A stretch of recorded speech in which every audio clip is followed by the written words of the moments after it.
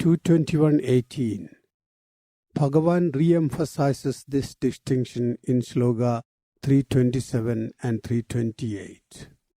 Prakrite kriyamanani gunai karmani sarvashaha ahankara vimudhatma kartahamiti manyate.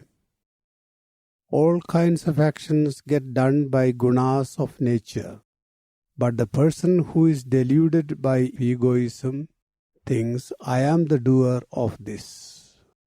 Tattva vittu mahabaho gunakarma vibhagayoho guna guneshu vartanta idi matva na sajjate. O Arjuna, the enlightened one who knows the divisions of gunas and actions remains unattached to action, realizing that all instruments of action dwell on sensory objects. The attachment of the unenlightened and the detachment of the enlightened are stressed in these two shlokas. These two paths are open before us. We have to choose the one to which we are entitled. 221.19. The next objection the Acharya meets is that such an enlightened person does not exist. His reply to this is, in that case, all the statements in the scriptures about the enlightened would be meaningless. The words of the scriptures like, quote, not born nor does it die, unquote, Katha Upanishad 2.18, and many others have flowed out of the sublime experience of the rishis and not out of their imagination. Gita, which is the quintessential summary of the Vedas, is taught for the benefit of the world, not for deluding people with a goal that is beyond achievement. The realization that the world we experience is subject to change, but the self is the non-doer, changeless, immutable, the one and non-dual, would certainly dawn on the seeker who follows the path laid down in the scriptures. Then he would transcend all karma. 221.20. The pedants who raise this objection have no qualms about following the other parts of the scriptures, that is karma kanda, doing rituals meticulously, observing the procedure laid down with the idea of getting various benefits in this world and the other. They have no problem in believing the words of the rishis about dharma and various other concepts. Then why doubt about this part of the scriptures, that is Jnana Kanda? Asks the Acharya. This reply is addressed to the school of thought called Purva Mimamsa, which concerns itself with the Karma Kanda of the Vedas, or the portion dealing with rituals and other actions. According to them, the whole purport of the Vedas is to make you do the rituals correctly, which will make you gain virtue and which will eventually lead you to heavenly enjoyments. 221.21. A more common objection is how you can believe in the self without seeing it.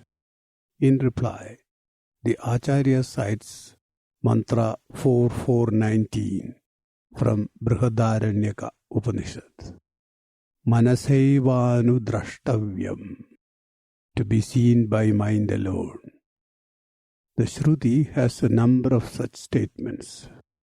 Some examples are in Katha Upanishad 4.11, Manasai Vedam Aptavyam, to be gained by mind alone, and 3.12, Drishyate Tvagraya Buddhya, seen by the sharpened intellect. Self is not something to be believed. Realization of the self will come only to a mind purified by controlling the emotions, following the advice of a guru, says the Acharya. Naisha tarkena matirapaneya. It will not come about by discussion or debate, says Katha Upanishad 2.9. 221.22. Again, The same Upanishad in 2.22 and Mundaka Upanishad in 3.2.3 say, Nayamatma pravachanena labhyo na medhaya na bahuna shrutena. This self is not to be obtained by the power of the intellect, by listening or by learning or teaching the Vedas. This is not to say that learning and discussion are to be done away with. They are necessary, but not enough. The senses have to be reined in, a guru approached with all humility and spiritual practices observed. Bhagavan lists the requirements in Shlokas 13.7 to 13.11 of Gita. Amanitvam adampitvam ahimsa kshandirarjavam acharyopasanam shaucham sthairyamatma vinigraha indriyartheshu vairagya manahankara evacha janma mrityu jara vyadhi dukkha doshanudarshanam asaktiranabhishwangaha putradara grihadishu nityam cha samachittatva mishtanishtopabattishu maicha yogena bhaktiravyabicharini vivikta desha sevitva maradirjana samsadi adhyatma jnana nityatvam tattva jnanartha darshanam. Humility, unpretentiousness, non-injury, forgiveness, uprightness, service to the teacher, purity, steadfastness, self-control, indifference to the objects of the senses, the absence of egoism, awareness of the pains of birth, death, old age and sickness, non-attachment, non-identification of self with son, wife, husband, home, and the rest, ever-present equanimity between the attainment of the desirable and the undesirable, unswerving devotion unto me by the yoga of non-separation, resorting to solitary places, distaste for the society, constancy in the pursuit of self-knowledge, contemplation for the realization of truth. Thus the person who is entitled for jnana is one with such qualities and not someone who rejoices in cerebral gymnastics. We have several examples of jnanis in our lore. Their words come out of their experience, and it is foolhardiness to say that you cannot believe them because you do not experience what they say. 2.21.23 When jnana dawns, ignorance disappears like light dispelling darkness. The latter is only the absence of the former. It is the absence of jnana that make one think, I am the slayer, I am the slain. In the statement, quote, neither of them knows, unquote, both the agent and the victim are shown to suffer from ignorance.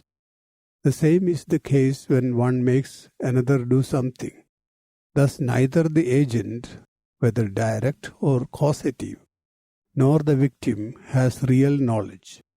In the statement, quote, how and who kills or caused to kill, unquote, the doership, direct or indirect, is denied to the jnani. As to what is the entitlement of jnani, we have already seen it in 2.21.16 above. We can recapture that with Sloka 5.13 of Gita, which the Acharya cites.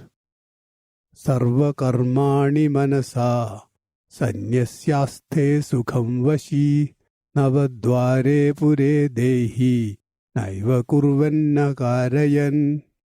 Renouncing all actions with the mind, the embodied one rests happily in the nine-gate city, see 2.21.27, neither acting nor causing others to act.